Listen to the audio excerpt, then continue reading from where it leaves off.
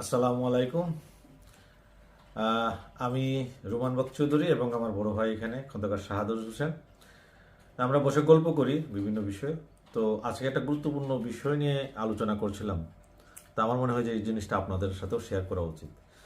বিষয়টি হচ্ছে যে এই মুহূর্তে দেশে খুবই ভালো একটা অবস্থা, কিন্তু তারেক জিয়া কেন দেশে ফিরছেন না, বা এই মুহূর্তে ফিরলে কি সমস্যা হতে পারে, বা পরে ফিরলে কি ভালো হতে পারে, এই নিয়ে আমি আমার বড় ভাই আহ, খন্দকার শাহাদত হোসেনের কাছে জানতে চাব।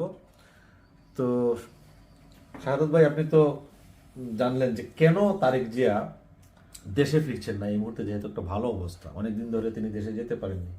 এই বিষয়ে যদি আপনি কিছু বলেন। তারেক জিয়ার অবশ্যই একটা ভালো অনুকূল পরিবেশ ফিরে এসছে। সেই সাথে আল্লাহর কাছে অশেষ শুক্রিয়া যে খালেদা জিয়ার শারীরিকভাবে অসুস্থ থাকলেও তার সত্ত্বেও তিনি জনসমক্ষে সেদিন উপস্থিত হয়েছেন ক্যান্টনমেন্টে, যা তার ব্যক্তিত্বকে অন্যান্য সব ব্যক্তিত্বকে ম্লান করে দিয়েছে। আমার মনে হয় এই বিএনপির এই সময়টাকে এবং তার এই শারীরিক সুস্থতাটাকে কামনা করে পুঁজি করে এগিয়ে যাওয়া উচিত সম্মুখে। তবে তারেক জিয়া কেন যাচ্ছেন না, তারেক জিয়া যে অনেকগুলো সমস্যা আছে, তার মধ্যে একটা হয়তো সমস্যা যেটা লোকমুখে সবাই বললেন, সেটা হচ্ছে তার বিরুদ্ধে মামলা রয়েছে। দ্বিতীয়ত যে সমস্যাগুলো রয়েছে, আমার মনে হয় ওই মামলাটা কোনো বিষয় না। কিন্তু এই মুহূর্তে যে দেশে যেহেতু একটা অস্বাভাবিক পরিবেশের মধ্যে একটা স্বাভাবিকতা ফিরিয়ে আনার চেষ্টা করা হচ্ছে, এবং সেখানে যদি তারেক জিয়ার মতন করে সেখানে যান, তাহলে যারা এখন নেতৃত্বে আছেন তাদেরও অনেক ব্যক্তিত্ব অনেকটা ম্লান হয়ে যাবে। এবং মানুষের আশা আকাঙ্ক্ষা বেড়ে যাবে। তাই যেমন বিএনপির প্রতি আশা আকাঙ্ক্ষা, তেমন তারেক জিয়ার প্রতিও আশা আকাঙ্ক্ষা বেড়ে যাবে। এমনিতেই মানুষ অনেকটা বিভিন্নভাবে মানুষের ভেতরে অসন্তোষ কাজ করছে। সেই সমস্ত দেশ বিএনপির ক্ষমতায় না থাকলেও তাদের কোনো ক্ষমতাও নাই, এবং তারা তার কোনো ক্ষমতার সাথে না আগে পিছিয়ে না থাকলে সত্ত্বেও তাদেরকেই মানুষ ব্লেম করে। কিন্তু এটাকে আরও বেড়ে যাবে। কিন্তু তখন তারেক জিয়ার বা বিএনপির এখন কিছু করার নাই, কারণ করার দায়িত্বটা হচ্ছে এখন অন্তর্বর্তীকালীন সরকারের।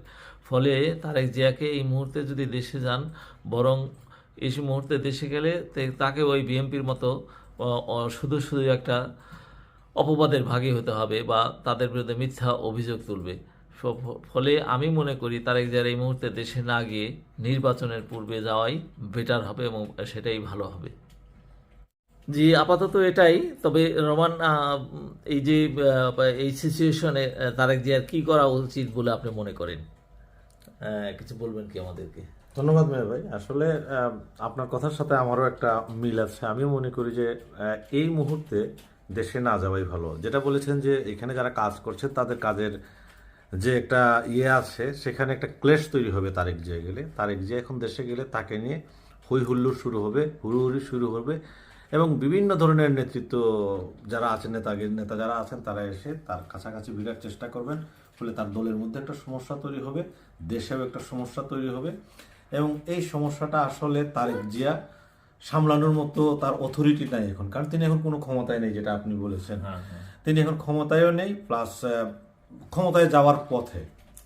তাছাড়া মানুষের যে একটা ভাইব তৈরি হয়েছে উনার দলের প্রতি, উনার প্রতি, কারণ সামনে যদি নির্বাচন হয়, এটা অনায়াসে বলা যায় যে এখন বিএনপি সেখানে বেশিরভাগ আসন পাবে, বা অন্য অন্য কোনো দল যারা আছে পাশাপাশি থাকবে, জামাতকে অনেকে বলছেন, কিন্তু বিএনপি সেখানে অগ্রগামী থাকবে।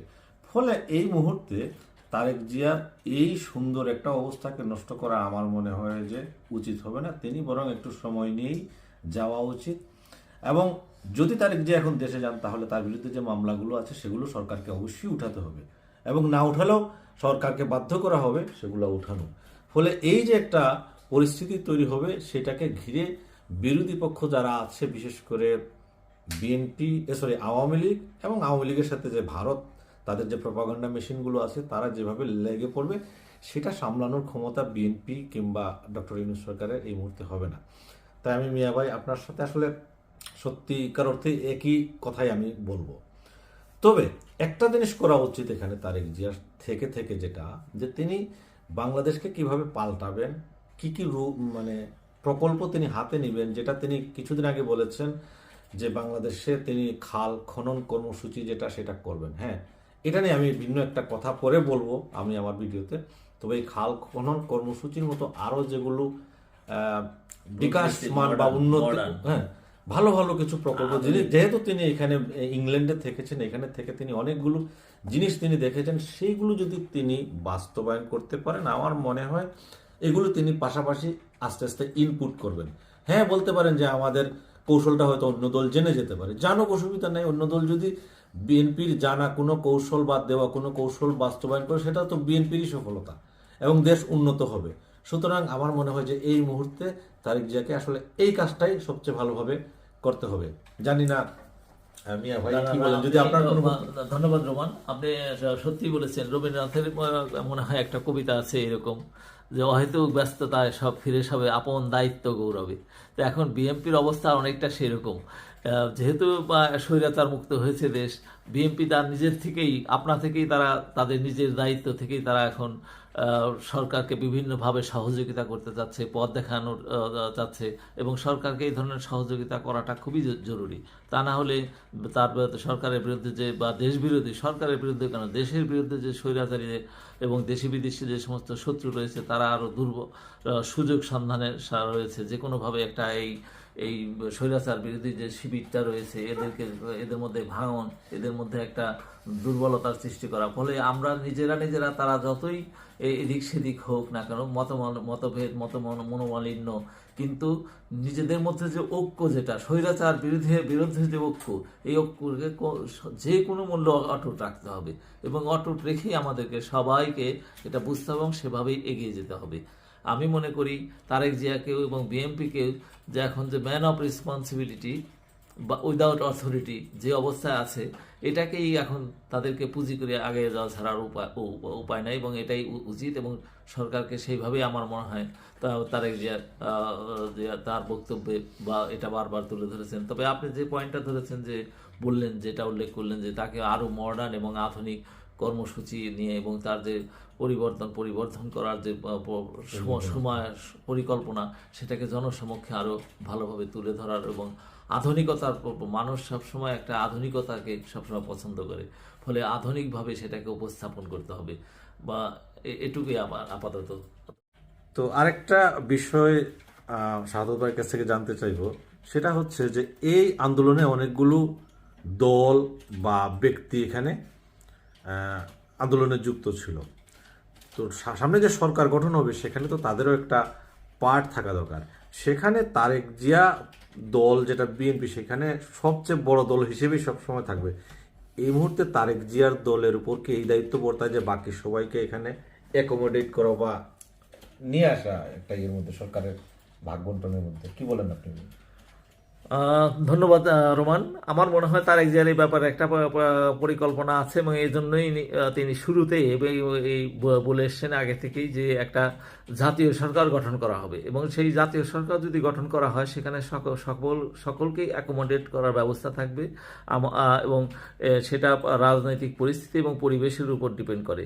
তবে আমার যেটা মনে করি, বিএনপির একটা দল আছে, জামাতের একটা দল আছে, সেই সাথে মৌলানা সাহেবদেরও বিভিন্ন মাযহাব আছে, কিন্তু এই ছাত্রদের তো কোনো সংগঠন নাই। তাহলে ওদের ছাত্র সংগঠনগুলো এই অল্প সময়ের মধ্যে জনগণের মধ্যে একটা নতুন দল গঠন করে সেটাকে জনপ্রিয় করে এবং সেটাকে নির্বাচন করে যায় জিতে আসা খুবই সহজ ব্যাপার না, এবং সেটা কিংস পার্টি হলে সেটাকে সে ব্যাপারে অনেকেই ভালো চোখে দেখবেন না। আমি মনে করি সেই ক্ষেত্রে বড় দল হিসাবে জামাত এবং বিএনপির ওই ছাত্র সমন্বয়ক যারা আছে, তাদেরকে কোনো না কোনোভাবে রাজনৈতিকভাবে অ্যাকোমোডেট করার উদ্যোগ নেওয়া উচিত। এবং বিশেষ করে আমি বলি, যেমন রংপুর অঞ্চল, সেখানে কখনোই জাতীয় পার্টিকে সাথে পেরে ওঠে না কেউ। অতএব সেখানে রংপুর অঞ্চলের যে সমস্ত সমন্বয়ক রয়েছে, তরুণ নেতৃত্ব রয়েছে, তাদেরকে যদি এইসব বড় দলগুলো সহযোগিতা করে এবং তাদের বিরুদ্ধে প্রার্থী না দেয়, তাদেরকে জিতিয়ে আনা কোনো বিষয়ই হবে না। সেক্ষেত্রে এই যে মুনাফিকি চরিত্র এবং গোয়েন্দাগিরি চরিত্র, এই যে আমরা জাতীয় পার্টির ভিতরে যে লক্ষ্য করলাম এই কয়টা বছর, এবং সেই সাথে এমনকি এইরকম এই পরিবেশেও আমি মনে করি বৃহত্তর ফরিদপুর অঞ্চলেও সমন্বয়কদেরকে অগ্রাধিকার দিয়ে এবং তাদেরকে সহযোগিতা করলে আমার মনে হয় ফরিদপুর অঞ্চলটাকেও বিএনপিকে বা অন্যান্য যারা স্বৈরাচার বিরোধী আছে সেই শক্তিকে প্রতিষ্ঠিত করা খুবই সহজ ব্যাপার হবে। ধন্যবাদ।